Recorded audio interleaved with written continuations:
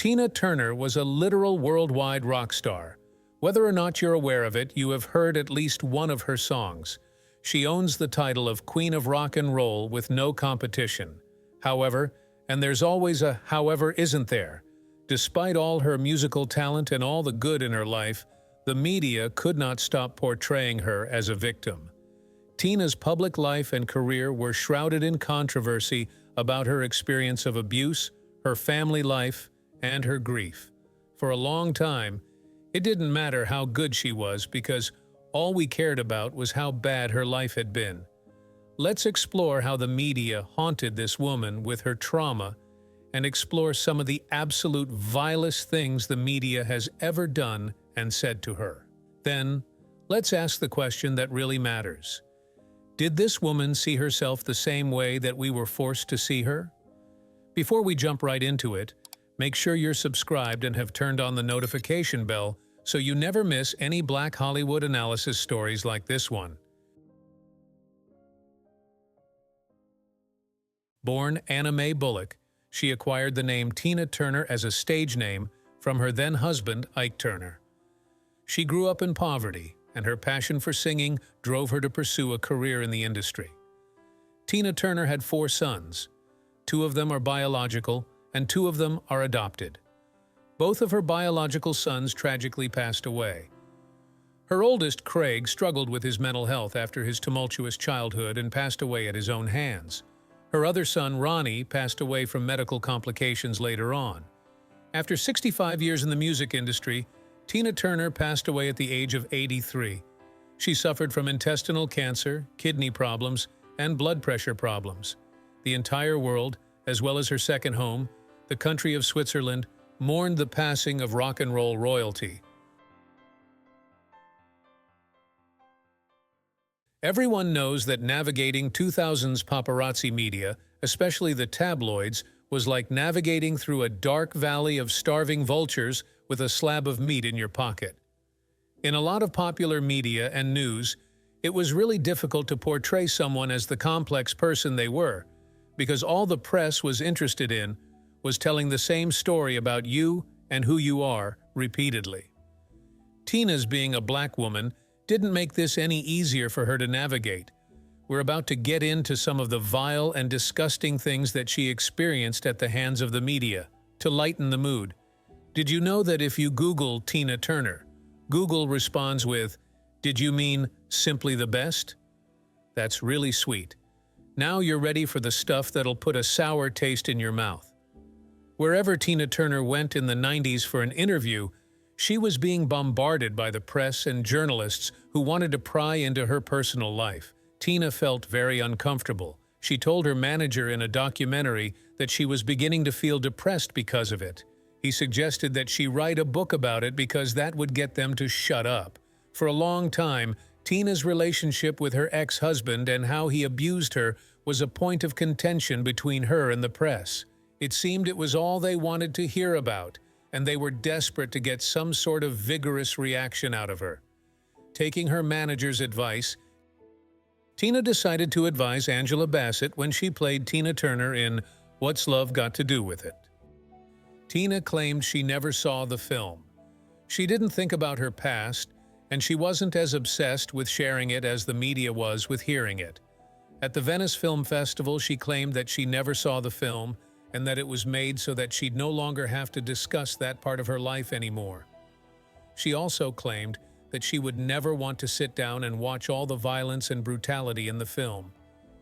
From her statements, we can tell how re-traumatizing the constant badgering was for Tina. She would do anything to make it stop. She couldn't even stomach the thought of watching her biopic and went to all the lengths to help have it made because she thought it would help end the conversation.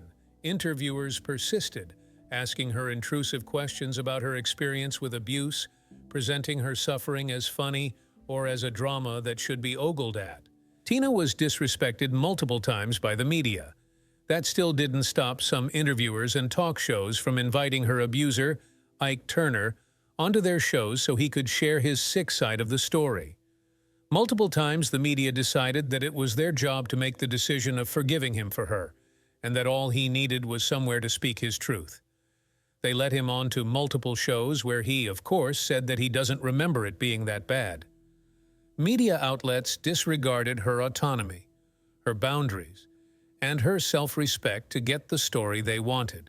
Tina Turner moved to Switzerland in 1994 and became a citizen in 2013. That year, she also married the man who would turn out to be the love of her life, Erwin Bach. In interviews, she claims that she found a lot of peace living there than she did in America, and that she had a way bigger following for her music there than in the States. Tina Turner claims that she's much happier in Europe because of how much more supportive they were of her music.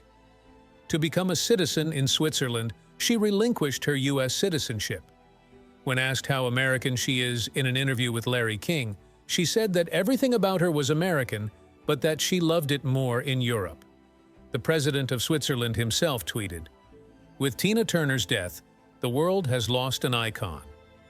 In Europe, Tina Turner was considered to be as big as Madonna, and that this is a status she didn't have in the United States. Tina Turner undoubtedly opened the door for women in the public eye to speak openly about their experiences with abuse and not be ashamed that they were once victimized by it. This is all well and good, but it came at a cost. The insensitive and intrusive nature of the press decided to take this wonderful thing she did, which she didn't owe us, and make her regret it. No matter what she did, she could not escape this typing by the American press, pushing onto her the image of a victim and a survivor. In some ways, she may be described like that, and it wouldn't be disrespectful, but the media went out of its way to make it all that she was. Tina's story is difficult to discuss because, well, her name is Tina Turner. The entire base of her career, and her name have origins so deeply rooted in some of the most painful memories of her life that it's difficult for most people, myself included, to be able to separate her from it. How do we tell her life story without it? How do we describe her resilience and strength through the challenges of her life without talking about said challenges? It's difficult for people in the media to describe her any other way because it's an integral part of how her public identity was formed. She kept the name that the man who abused her gave her, and we don't know how to feel about that because we don't understand how you can want freedom from something and not entirely purge yourself of everything that has anything to do with it. In a Bloomberg Law article called "Tina Turner's Name Wasn't Always Hers, but She Fought for It," Greg Bordelon says, "However, I now realize Tina Turner's sheer strategic genius. Every day until she died, she worked with a surname that could have reminded her of male dominance, of a beyond bleak past. She used that name to first move into a new musical genre, then take a stance for female independence, and ultimately just went ahead and dominated all of music. Despite it all, Tina fought to solidify her dominance in the music industry. She had the trophies to show for it too. Multiple Grammys and albums are going gold and platinum. Tina Turner had one of the most unbelievable turnarounds of all time. She fled her abusive husband's house with just 36 cents and lived on food stamps while she tried to gain back her career. Things didn't go so well for a while. She was dropped by her studio, but with breakout successes like Proud Mary, she became well on her way to success. She ended up being even more prominent than she ever was before, all on her own. But that still begs the question, how did Tina see herself? What version of her life story is most authentic to the way that she views herself and her life? When looking up Tina Turner's life, it seems that the efforts to dissuade people from talking about her past have come to nothing. The film may have actually made the matter worse. Very rarely do the most popular articles find a way to discuss Tina without discussing her abuse. The story that's told about her life and success has abuse and her experience with it front and center every single time. Tina's life story has been presented to us as a hero's journey. She had things to overcome to get to the level of excellence we remember her.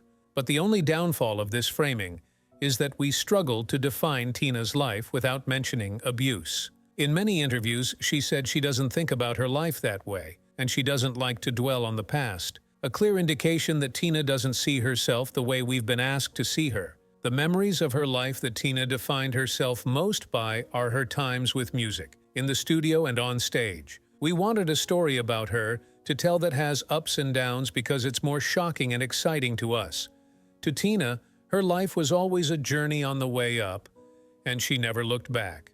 Click on this next video to see more Hollywood analysis stories like this. Also, make sure to comment down below what your favorite song by Tina Turner is.